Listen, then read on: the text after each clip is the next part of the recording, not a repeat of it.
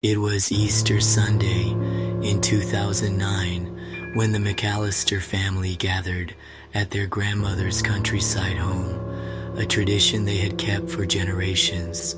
The house, a sprawling old Victorian structure, sat at the edge of a dense forest in rural Pennsylvania. The family was large: uncles, aunts, cousins, all gathered for an Easter feast and the annual egg hunt. The children ran through the backyard, baskets in hand, laughing as they searched for colorful eggs hidden in the grass and trees. Then around noon, 5-year-old Emily wandered a little too far toward the tree line. She was last seen crouching near an old stump, reaching for an egg half buried in the dirt. When her mother called for her, Emily didn't respond. At first, they assumed she had simply gone deeper into the woods to find more eggs. Minutes passed, then an hour. Panic set in. The adults called her name, searching frantically. They combed through the thick underbrush, their voices growing hoarse.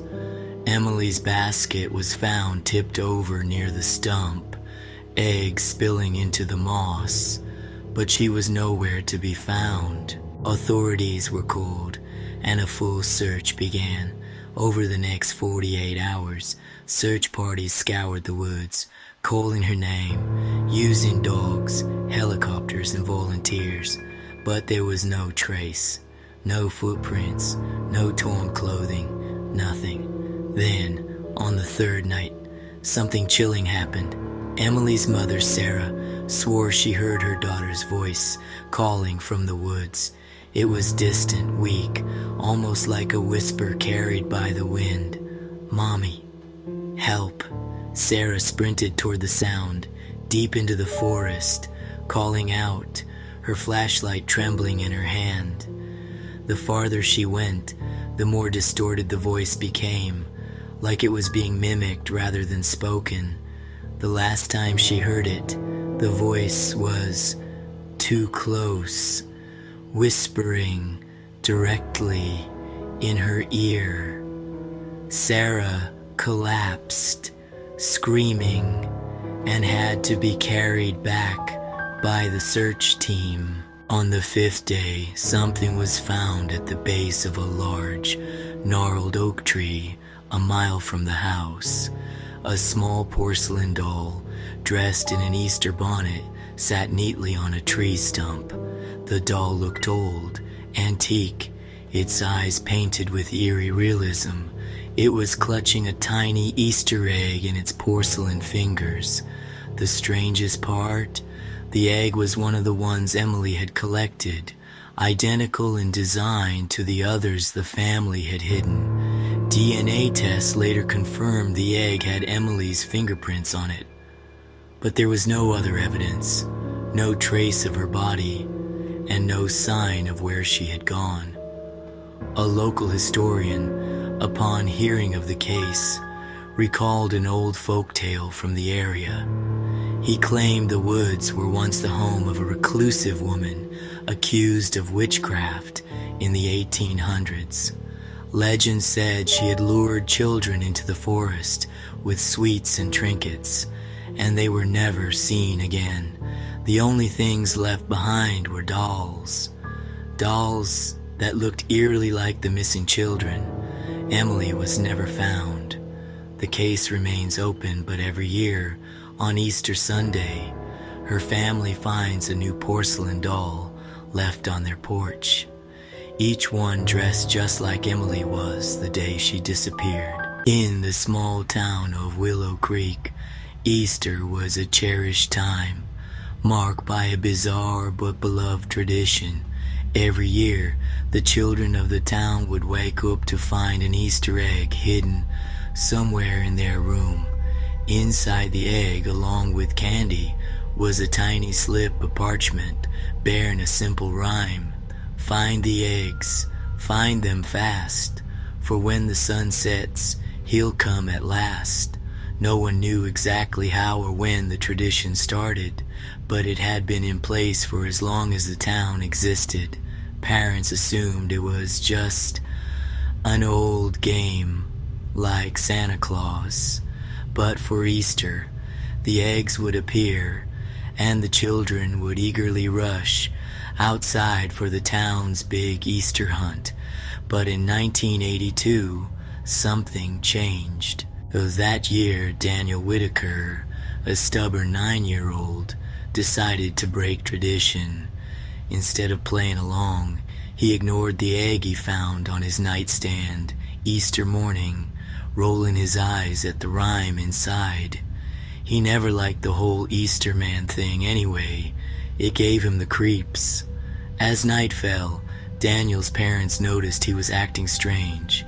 He seemed dazed, unfocused. When his mother called him for dinner, he didn't respond. He sat in his room, staring at the unopened Easter egg on his nightstand. Then, at exactly midnight, Daniel let out a blood-curdling scream. His parents rushed to his room, but he was gone. The only thing left was his bed sheets, tangled as if he had been dragged from his bed. The bedroom window was locked from the inside, but the worst part, in Daniel's place, neatly set upon his pillow, was a small wooden mask, carved with a twisted grin. The mask had hollow eyes, and beneath its painted surface, something dark and organic seemed to pulse. The town was in shock. Daniel was never found. After that night, the tradition stopped. No more eggs appeared in bedrooms. No more rhymes. The town simply pretended it had never happened.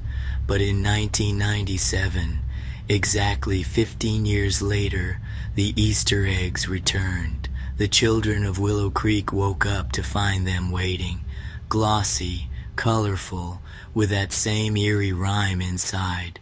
The town's elders were horrified. They urged parents to leave town for the weekend, to take their kids far away. Most listened. One family did not.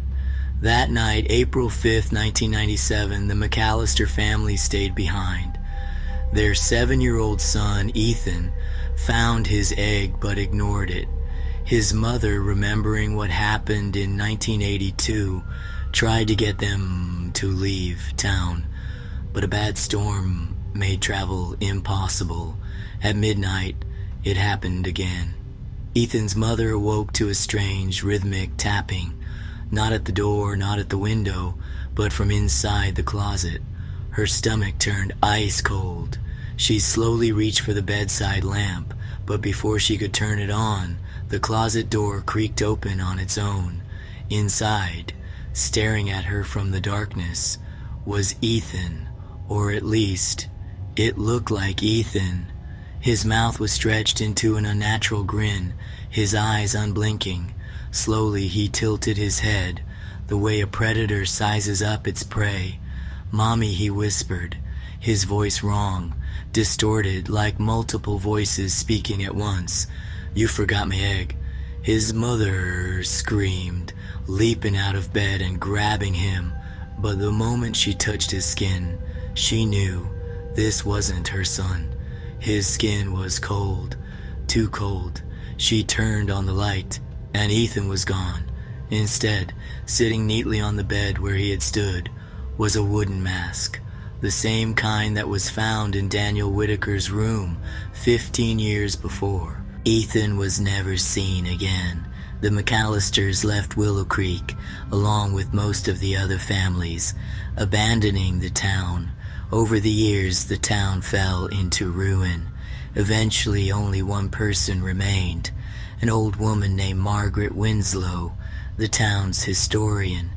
She lived alone in the last standing house in Willow Creek, and in her attic, hidden away from the world, was a collection of wooden masks, each one with a different expression, carved in excruciating detail. Some smiling, some screaming, some weeping.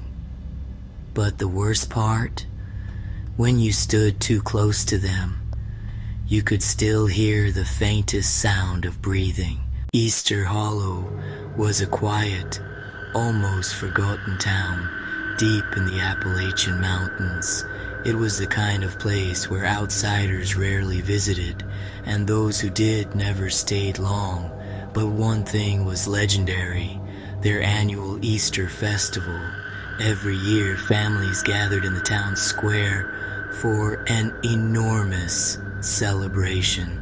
Children dressed in bright pastel clothes, music played, and at sundown they had the famous Moonlight Egg Hunt, an event where the children searched for glowing eggs hidden in the nearby forest. But in 1954, something went terribly wrong. By sunrise on Easter morning, every single person in Easter Hollow was gone. No bodies, no signs of a struggle, just empty houses, Easter decorations still fluttering in the morning breeze. The only clue left behind was a row of rabbit footprints, too large to belong to any normal rabbit. They started in the middle of the town square and led directly into the woods. The town was declared a historical anomaly, and no one ever solved the mystery of what happened to Easter Hollow. Decades later, in 1999, a group of urban explorers visited the ghost town of Easter Hollow. They expected abandoned buildings, maybe some old artifacts. What they didn't expect was a signal. As they explored an old house, their radio scanner picked up a broadcast. A children's voice, faint and crackling with static. "Don't follow the rabbit. Don't eat the eggs. Please, help us." The group froze. The town had been abandoned for 45 years. The signal cut out, but then something else came through, a slow rhythmic scraping, like claws dragging across wood, and then laughter, not human, something low and guttural. The group ran. Later they discovered something chilling. The radio wasn't even on. The explorers weren't the only ones drawn to the mystery. In 2007, a researcher named Daniel Hensley unearthed something terrifying: an old VHS tape found inside an abandoned Easter Hollow home. It was labeled simply Easter 1954. The tape showed home video footage, grainy, distorted, but watchable. It depicted families at the town festival, children laughing, adults waving at the camera. Then came the Moonlight Egg Hunt. The camera followed the children into the woods, their baskets glowing with the strange, bioluminescent eggs. But then, the camera jerked violently. The person holding it started running, breathing heavily. In the distance, something was moving between the trees. A figure, tall, impossibly thin, wearing the rotted mask of a rabbit. Its ears were twisted. Its mouth was wrong, as though something was moving underneath the skin. The camera zoomed in just as one of the children looked up and screamed. Then, static, but the tape didn't end. For a split second, one single frame, the screen showed something else. A row of children sitting perfectly still in the dark, their faces pale and hollow-eyed. And standing behind them, towering over them, was the black rabbit, watching, waiting. The footage cut off. Hensley destroyed the tape the next morning, but later that night he awoke to something scratching at his window. He lived on the 3rd floor. In 2019, hikers passing through Easter Hollow reported finding freshly painted Easter eggs scattered through the ruins. Some opened them out of curiosity. They contained teeth, human teeth. One hiker claimed to hear something moving in the trees, but when they turned their flashlight toward it, all they saw were 2 long black ears retreating into the darkness. Since then, no one has dared to visit Easter Hollow at night because the moonlight egg hunt never really ended. And every year, the Black Rabbit waits for someone to play.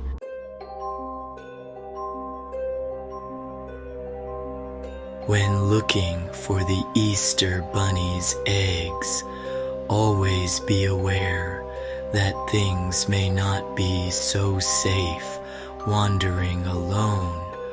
Till next time, folks, we're always watching.